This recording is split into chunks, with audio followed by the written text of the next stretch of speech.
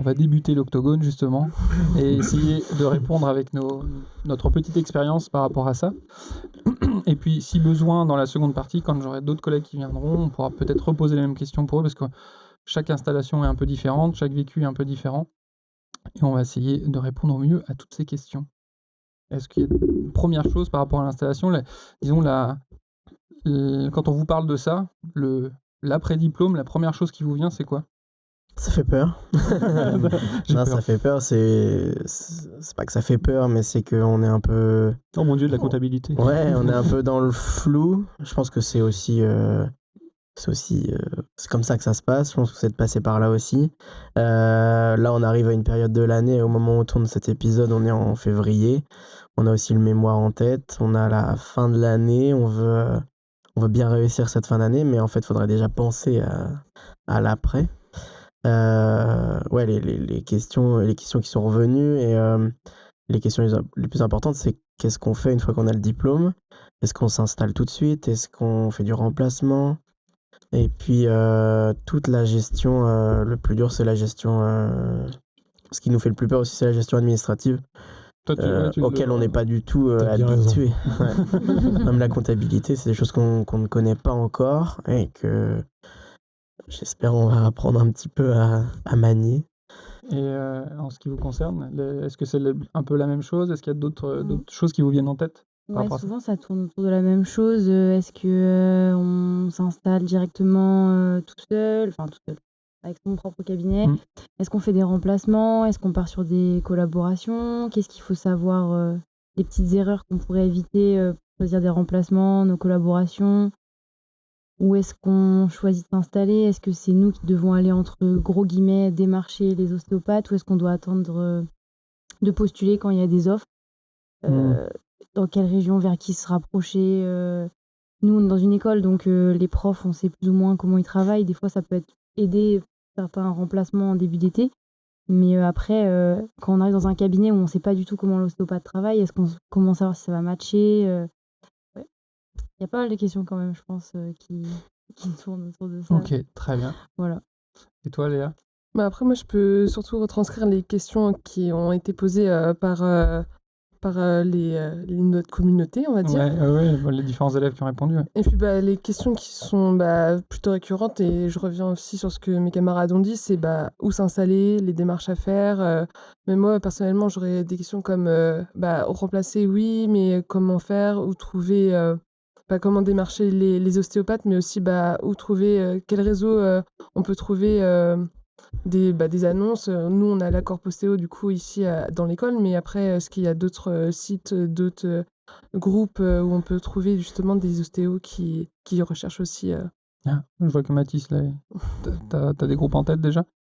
Eh ben, il y a l'association des anciens étudiants d'IDEO qui a été lancée il n'y a pas longtemps, IDEO Alumni, qui sera plus orienté sur cet aspect échange de bons plans entre professionnels, vu que c'est les anciens étudiants. Après, effectivement, il y a des groupes Facebook, par exemple, qui sont plus orientés sur ces offres-là de remplacement, d'assistanat, de collaboration. Sur les groupes un peu généralistes d'ostéopathie, il y en a qui passent aussi, mais justement, il y en a qui sont vraiment très orientés sur les offres d'emploi pour ostéo. Donc, est-ce que, et justement, par rapport à ça, donc c'est un peu flou, est-ce que, là, je vous retourne la question pour voir à peu près où vous en êtes et comment vous visualisez la chose, en fait. Je suis curieux de savoir, parce que, effectivement, c'était un peu un flou artistique au début. Pour vous, la première chose à faire, enfin vraiment, objectivement, matériellement, les premières étapes, quoi. Elle est là, la question. on va sur le site de l'ARS. Ouais, bonjour, je veux un numéro ADELI. Voilà, Ouais, s'inscrire, un numéro avoir un RPPS numéro. même. Oui, c'est ça, c'est plus un numéro ADELI, Bonjour, je veux un numéro RPPS. Numéro RPPS, on a bien Donc, reçu. en On a bien gros, retenu. signifier à l'administration que tu existes en tant qu'ostéopathe, quoi. Ouais. Mine de rien, les questions qu'on se pose, c'est plus des questions administratives, financières aussi, bien sûr, que savoir si ce que j'ai appris pendant 5 ans, finalement, va me servir, quoi. Ouais. Bizarre, quand même. Ok, ouais. Peut-être la question qu'on se pose maintenant, nous, en tant que 5e année, parce que voilà, on en parle tous les jours, quoi. Alors qu'on devrait peut-être plus se poser la question, est-ce que mes 5 ans d'études ont bien fonctionné? Est-ce que j'ai les Oui, est-ce qu'elles bagages? me Est-ce que j'ai permettent le d'être bagage? efficace en Ouais, cabinet, quoi. bien Il y a sûr. l'ostéopathie, quoi. Ouais, voilà, Ouais, en gros, ouais, c'est de ça. l'administratif, quoi. Non, mais je pense que c'est quand même légitime et important. Tu peux être le meilleur ostéopathe du monde, entre guillemets, si tu ne te déclares pas, si tu n'as pas de lieu de pratique, etc., personne ne viendra te voir dans tous les cas. Donc c'est tout à fait judicieux, c'est une étape obligatoire pour passer à la suite. Toi, Mehdi, tu avais commencé par quoi? J'ai fait une connerie. Très bien, on apprend beaucoup des conneries, on t'écoute. Je me suis trompé J'ai fait d'ARS. plein de conneries. Non, en fait, moi, pendant que j'étais étudiant, j'ai travaillé comme salarié dans un lycée à côté pendant 5 ans. Donc, j'ai accumulé pendant des années du chômage. Mhm. Et lorsque vous êtes inscrit en tant qu'indépendant, vous n'avez plus le droit à rien du tout. Donc, à un jour près, je suis allé à l'URSSAF. Je me suis inscrit en oubliant de cocher la case ACRE. On en reparlera. C'est une aide en fait sur les premières cotisations que vous allez avoir pendant les 2 premières années, si je ne me trompe pas. Bref, il faut le savoir. Et quand je me suis inscrit à l'URSSAF, je suis allé au Pôle emploi le lendemain pour me déclarer, pour avoir une aide, parce que ça faisait des années que je travaillais à mi-temps en fait. Ben non, monsieur, à un jour près, c'est con. Vous auriez eu 4 ou 5 000 euros d'aide, et là, rien. Mais j'ai pas de salaire pendant plusieurs mois. Ah ben, c'est comme ça. Donc en fait, il y a, au niveau administratif, je pense que faut se renseigner, c'est ce que vous dites, ça vous stresse. Il faut juste savoir quel est l'ordre, la démarche, en fonction de votre statut avant, etc. Mais justement par rapport à ça, donc je fais une redite par rapport au début de l'émission. Ça, c'est quelque chose qu'on souhaite faire à la suite de cette émission, essayer de... Un truc carré, quoi. Voilà, un truc carré où on va essayer de faire plusieurs capsules par étape, la déclaration ARS, les démarches pour le choix du statut, etc. Où on va, je pense, la Fédéo acceptera qu'on regarde un peu comment leur mode d'emploi, et nous, notre idée, c'est de l'illustrer le mieux possible et de le rendre le plus digeste possible aussi, pour que ce soit simple à faire. Donc, première erreur, c'était ça, ok. Et ensuite, Et t'es parti deuxième sur un erreur, deuxième erreur, ok. Non, bah oui. Deuxième erreur, du coup, donc je me suis inscrit à l'URSSAF et tout, j'étais ostéopathe. Et je me suis lancé dans une recherche de remplacement. Parce que je voulais pas m'installer, j'avais une pression énorme pendant toutes nos années. Il faut 7000, minimum 7000 habitants par ostéopathe pour vivre. J'ai pris ma carte et nulle part. Oui. C'était assez simple de se dire, bon bah du coup je vais commencer direct par du remplacement. Donc j'ai trouvé un remplat, je suis allé faire les démarches, ça s'est bien passé, c'était un remplat à long terme en plus. Et puis quelques jours avant que je parte, ah bah non finalement on annule, je vais prendre quelqu'un d'autre, quelqu'un qui est expérimenté, qui vient de s'annoncer. Ok, merde. Donc là je me retrouve avec rien. Je dis, bon bah allez, je m'installe. Je regarde ma carte, tiens, mes parents habitent là, mes potes sont là, l'école était par là. Oh bah tiens, c'est une presqu'île, il n'y a rien là. Allez hop, je m'installe. Aucune étude de marché. Aucune étude économique, comment se développe la ville. En fait, faut avoir une vision assez globale de votre installation. C'est-à-dire que, effectivement, vous faites une formation pour être praticien ostéopathe, et on vous apprend, je ne sais pas comment ça se passe aujourd'hui, mais moi, on m'a pas appris à gérer une entreprise. En fait, vous êtes un gestionnaire d'entreprise. Il y a une certaine façon d'appréhender un patient que vous croisez dans la rue après. En fait, il y a tout un global qui tourne autour de l'ostéopathie que vous allez apprendre, je pense, après, en sortant de l'école. Comme disait Sutherland, j'apprends en sortant de l'école. C'est un truc comme ça qu'il avait dit. On est étudiant tout le reste de Moi, sa vie. j'étais là, désolé. On est étudiant tout le reste de sa vie. Voilà, je commence à apprendre en sortant de l'école, je crois. Donc ouais, non, là-dessus, c'est des trucs qu'on n'apprend pas avant. Donc en questionnant, en posant des questions ostéo, etc., c'est intéressant. Ouais, et ce qui m'avait marqué dans ma promotion, donc tu connais Hélène qui était dans ma promotion, Hélène Poirier, et qui a un état d'esprit vraiment d'entrepreneur. Et voilà, en tant que... On a tous reçu la même formation, et je pense que jusqu'à ce que le patient vienne chez nous, il ne sait pas comment ça se passait, mais comment ça se fait que certains, il y a plein de gens qui viennent chez eux, puis d'autres non, au-delà du bouche à oreille, parce qu'au début, et c'est vrai que ben, une chose qui, moi, qui m'a impressionné, elle avait le bagou pour le faire, puis elle a osé le faire, parce que moi j'étais, je pense, très très timide au début, et on en parlera dans une autre émission, d'oser aller vers les autres, etc. Mais elle a fait partie de groupes d'entrepreneurs, elle s'est intégrée dans la vie de la ville. Quand tu dis qu'il faut penser de manière globale, au-delà de l'aspect administratif, au-delà de bien faire fonctionner son cabinet, quand on choisit le lieu, tu changes pas de cabinet tous les jours. Donc a priori, il faut choisir un lieu où potentiellement tu te vois vivre. Et dans toutes les inquiétudes que j'entends, j'entends donc beaucoup de choses très concrètes, mais c'est vrai que après, je pense que c'est difficile, mais il n'y a pas trop de projection encore un peu plus loin sur construire une vie en général. Parce que c'est vraiment ça. Hein. Là où tu vas t'installer, tu vas construire ta vie là-bas, quoi. Après, je sais pas. D'ailleurs, je connais quelques amis qui sont un peu itinérants, qui ne font que des remplacements et qui bougent assez souvent, mais ça reste assez rare. Et donc voilà, quand tu construis ton cabinet, c'est pour un moment. Et donc il y a l'étude de marché, savoir le nombre d'habitants par ostéopathe, mais aussi, mine de rien, aussi la culture du lieu. Il y a des endroits où effectivement aller chez un ostéopathe, c'est devenu vraiment normal. J'ai mon ostéopathe. Et il y a encore des régions où c'est pas trop ça, moins connu, etc. Il y a aussi, donc tu disais, le développement économique du lieu. J'ai eu la chance d'arriver dans un lieu où finalement ça a continué d'exploser après. Et donc effectivement, il y avait déjà des ostéopathes, mais la population n'a fait que grandir. Donc c'est des choses qu'il faut quand même regarder. Maintenant, je pense que même s'il y a des endroits où il y a vraiment personne et potentiellement ton cabinet peut exploser, il y a des endroits où j'avais pas envie d'aller, quoi. Fontenay-le-Comte. C'est ça.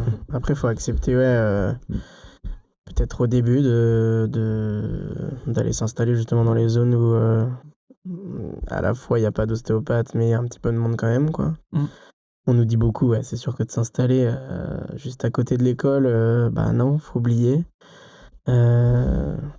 Faut aimer aussi la vie. Comme tu disais, la vie qu'il y a autour, quoi, la campagne. Il y en a qui sont plus j'aime pas cette expression, mais des gens de la ville ou des gens de la campagne. Voilà. Carrément.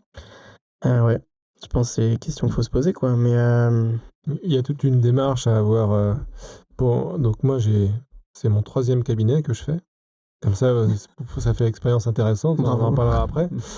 Non, j'ai pas 3 cabinets. C'est que j'ai rebondi sur 3 cabinets. Et quand j'ai ouvert mon 3e cabinet, là, je me suis dit, je me fais pas avoir. Je suis allé voir je suis parti du cabinet, je suis allé au porte-à-porte, me présenter, dire bonjour, voilà, je suis un nouvel ostéo, je viens d'arriver. Et je suis allé me présenter partout, mais vraiment à titre purement informatif, quoi. J'ai envoyé des lettres à toutes les professions médicales, j'ai appelé toutes les professions médicales, j'ai essayé de rencontrer le plus de professions médicales. En fait, des démarches énormes pour pouvoir juste me faire connaître. Après, mine de rien, d'informer que je m'installe. T'as le temps de les faire, ces démarches. Ouais, c'est ça. Les journées sont... A priori, je me rappelle de moments vraiment où je vérifie 4 fois que le téléphone fonctionnait bien. Et je me dis, je n'ai pas assez bien exploité ce temps au début.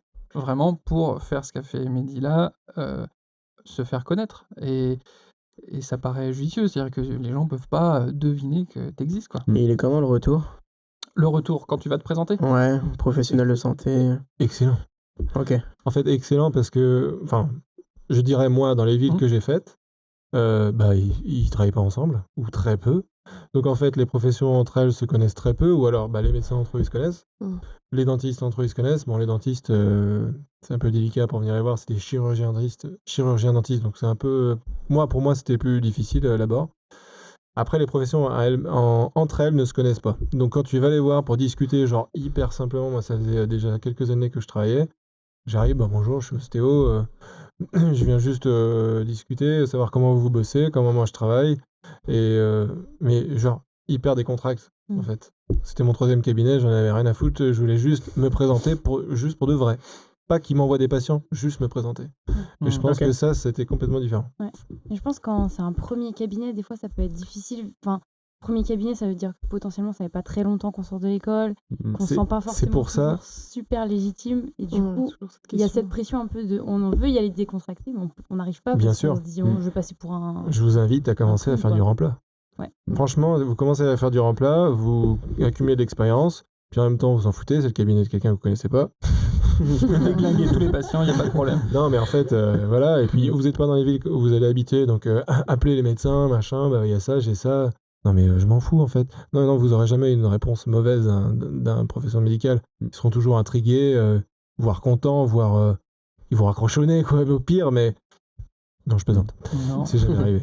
T'envoies un huissier. Après, j'ai pas le même vécu. Et après, je n'ai pas fait 3 cabinets. Mais au tout début, j'ai commencé à aller me présenter, mais vraiment avec la sueur sur le front, quoi. Vraiment, c'était dur, ça me tordait le bide d'aller me présenter. Et encore plus aller me présenter auprès des ostéopathes. Auprès de mes confrères.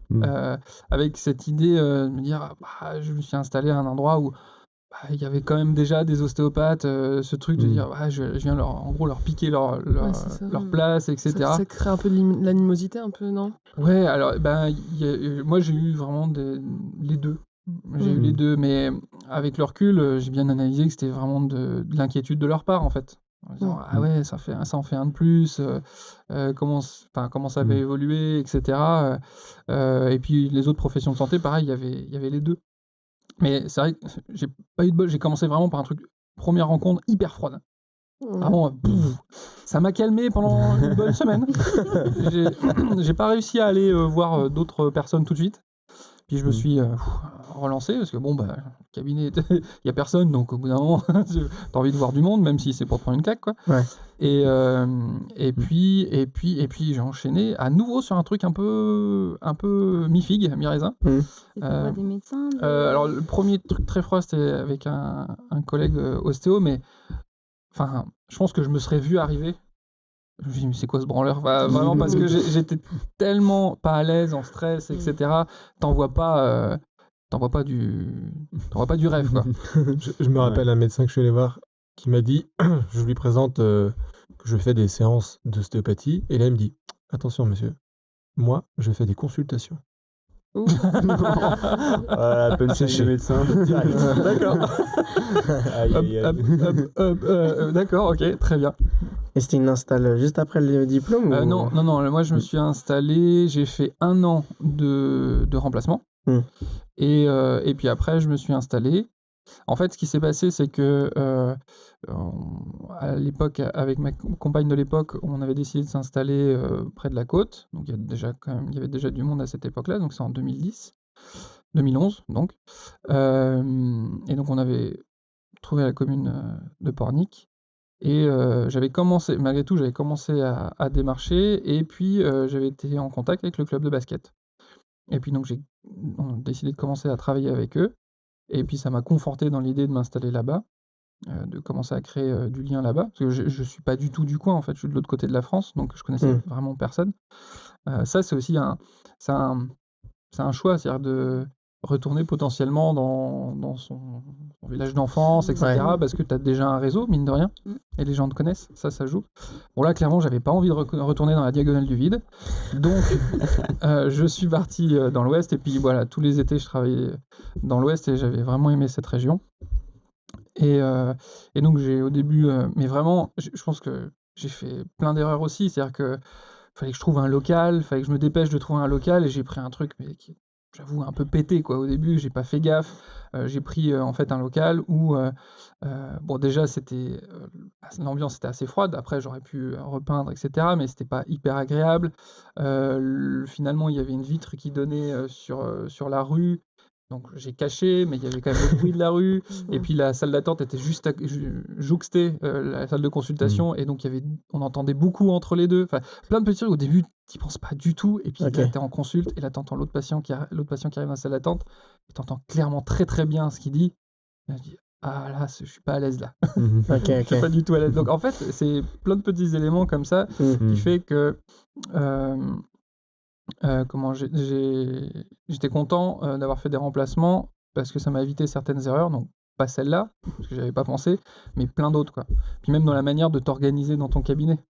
C'est-à-dire que là, j'ai fait des remplacements où il y avait encore des gens qui avaient des fiches pour les patients. Ok. Rien à informatiser. Quand tu as un patient qui s'appelle Martin ou Dupont, bah, tu prends ta matinée pour trouver le dossier, quoi. Parce que c'est rangé par nom, mais pas par bien prénom. sûr, ouais. C'est pas, donc, Ok. vous voyez les Puis il faut grosses armoires relire en aussi. métal avec les gros racks là. Tu te dis, bah attends, mais le mur il est pas aussi loin que ça normalement. Nombre tout puissant. Hein. C'est ça, exactement. Et puis bah, quand c'est des fiches, il faut relire l'ostéo. Waouh! C'est vrai. Je me rendis des médecins, mais franchement, Ouais, moi pareil. maintenant, pareil, si j'écris, c'est n'importe quoi. Donc relire, et puis même quand tu arrives à relire, il a ses abréviations, ces trucs Oui, comme ça. voilà. Tu sais, ces trucs auxquels tu penses pas quand tu fais un remplat. Moi, je sais que le remplat d'après, j'ai demandé s'il y a des fiches. Je peux voir un peu comment t'écris, et même si c'est pas ça qui m'aurait fait refuser un remplat, bien évidemment, mais des fois lui demander un peu, mais alors t'entends quoi par ça, et le hiéroglyphe là, ça veut dire quoi, etc. quoi. Donc ce qui m'a conforté dans l'idée d'après avoir un logiciel pour les patients. Donc voilà, plein de petits éléments où, comme il m'a dit, je vous encourage vraiment à, dès que possible, faire des remplacements, vraiment le plus tôt possible. Ouais. Et pour aller vers le remplacement, oui, effectivement, vous pouvez regarder les sites d'annonces, mais aussi, bah voilà, tu disais que vous connaissez les profs ici. Allez vers ceux vers qui vous pensez qu'il y a un bon feeling, allez de vous-même prospecter on va dire la chronologie qui peut se faire pour prospecter, c'est un courrier, potentiellement un appel et une visite. Mhm. Et généralement, les gens pensent à vous quand ils ont entendu votre nom 2, 3, 4 fois. Et je vous en supplie, ne faites pas des courriers random. C'est-à-dire, intéressez-vous un minimum. Le même courrier pour tout le monde. Voilà, c'est ça. Ouais, Non, mais, changeant le nom, quoi. ça paraît tout bête, ça peut paraître fastidieux, mais on le dit, on le répète, au début on a du temps. Déjà, le minimum, c'est que vous mettez le bon nom de profession. Oui. Ostéopathe avec un H après le T. Ouais, c'est ça. Non, mais voilà, si vous écrivez un dentiste, c'est un dentiste que vous écrivez, et potentiellement vous parlez de la collaboration possible qu'il peut y avoir, et dans quel moment on peut collaborer, pourquoi, dans quel sens. Et si en plus il a une spécificité, n'hésitez pas à en parler aussi. Enfin, en tout cas, autant que possible, soyez sincères, mais intéressez-vous vraiment en fait à chaque personne à qui vous envoyez les courriers, parce que maintenant, moi, j'en reçois des courriers pour des remplacements surtout, ou des gens ou des jeunes qui s'installent, et il n'y a pas photo. Enfin, Ça se voit, quoi. bah, ça se voit tout de suite. Ça se voit tout de suite. Évidemment, bon, je vais pas m'étendre sur le fait que s'il y a 4 fautes par mot, etc. Moi, je suis pas très bon, mais voilà, quand moi j'arrive à en détecter, c'est que vraiment c'est pas bon, quoi. Donc voilà, faites-vous relire, etc. Mais ça paraît tout bête, mais déjà ça, c'est hyper important. Et donc, ce qui permet, quand vous avez envoyé un courrier ou vous avez appelé, d'être un peu plus légitime et d'être plus confortable quand vous allez voir la personne en lui disant, bah voilà, je vous ai envoyé un courrier il y a quelques jours, peut-être que vous l'avez pas vu, voilà, j'avais envie de vous rencontrer, et là je vous embête pas plus longtemps, soit on peut discuter maintenant, soit est-ce qu'éventuellement on peut se mettre d'accord pour en parler un peu plus, quoi. Juste vous La présenter. double démarche, ouais. La lettre ainsi que appeler, c'est essentiel. Entendre la voix. Je reviens sur ce que tu disais tout à l'heure, justement, le fait qu'il y ait un peu cette appréhension d'aller se présenter, notamment aux autres ostéopathes qui sont dans le coin. Ouais. J'ai l'impression, je sais pas comment c'était le discours à votre époque, mais qu'il y a beaucoup de profs, un peu plus anciens en général, mais pas forcément, même les jeunes, qui justement nous incitent et qui nous rappellent un peu tout le temps de se présenter dès qu'on s'installe, plus que dans les remplacements pour le coup. Qu'on s'installe dans un coin, de contacter les gens à côté, et notamment les ostéopathes, pour les prévenir, ne serait-ce que par respect, etc. Et puis pour pouvoir envoyer quand il y a besoin. Ouais, mais même d'une manière générale, et même en dehors de l'école, pour avoir pu rencontrer soit des étudiants d'autres écoles ou d'autres ostéos qui viennent d'un peu ailleurs en France, ça a l'air d'être un discours quand même assez répandu de partout. Je pense qu'il n'y a pas forcément trop de raisons d'avoir vraiment peur. Forcément, il y a l'appréhension peut-être du premier à aller voir. Mais je pense que les gens sont plutôt ouverts à revoir des gens, etc. Je pense que j'ai pas eu de bol, et vraiment, on n'est jamais à l'abri, mais bon, il y a quand même assez peu de raisons d'une manière générale, je pense. Et après, les autres accueils étaient quand même bons, et il n'y avait pas de souci. Et maintenant, en fait, la réflexion que j'ai quand, par exemple, quelqu'un de nouveau s'installe pas loin de chez moi, je me dis, bah, autant... De toute façon, il va s'installer, je vais pas aller le buter, hein. Oui, Il va s'installer, autant avoir les meilleurs rapports professionnels avec lui, parce que bah, peut-être voilà, un jour, moi, j'aurai pas de place et puis je pourrais le recommander, inversement, s'il rencontre une difficulté, il va m'appeler, etc. Et je pense que ça peut être à l'avantage de tout le monde, même de créer un groupe d'ostéopathes dans la ville où vous êtes, pour faire on en parlait quand on parlait des formations après, ou de continuer à se former, pour faire des groupes d'observation, de pratique, etc. Ça peut vraiment être très judicieux. Ouais.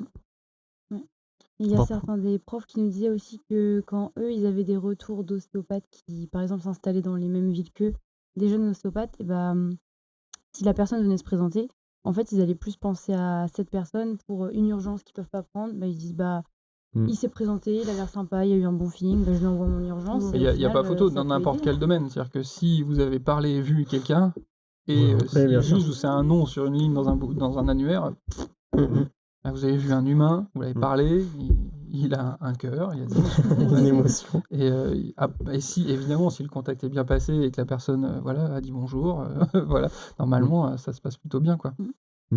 Puis même pour les groupes de praticiens, alors une ville, ça dépend aussi un petit peu de la taille, mais si jamais il y a des patients qui passent un peu d'un cabinet à l'autre, ça peut être l'occasion de discuter de cas, même des patients un peu particuliers, je pense plus sur l'aspect pathologie ou parcours de vie, ce genre de choses, ça peut être bien de discuter sur des difficultés rencontrées, ou des spécificités, des pathologies un peu particulières à découvrir, ou même sur des patients différents, mais ça peut être l'occasion aussi. Ouais.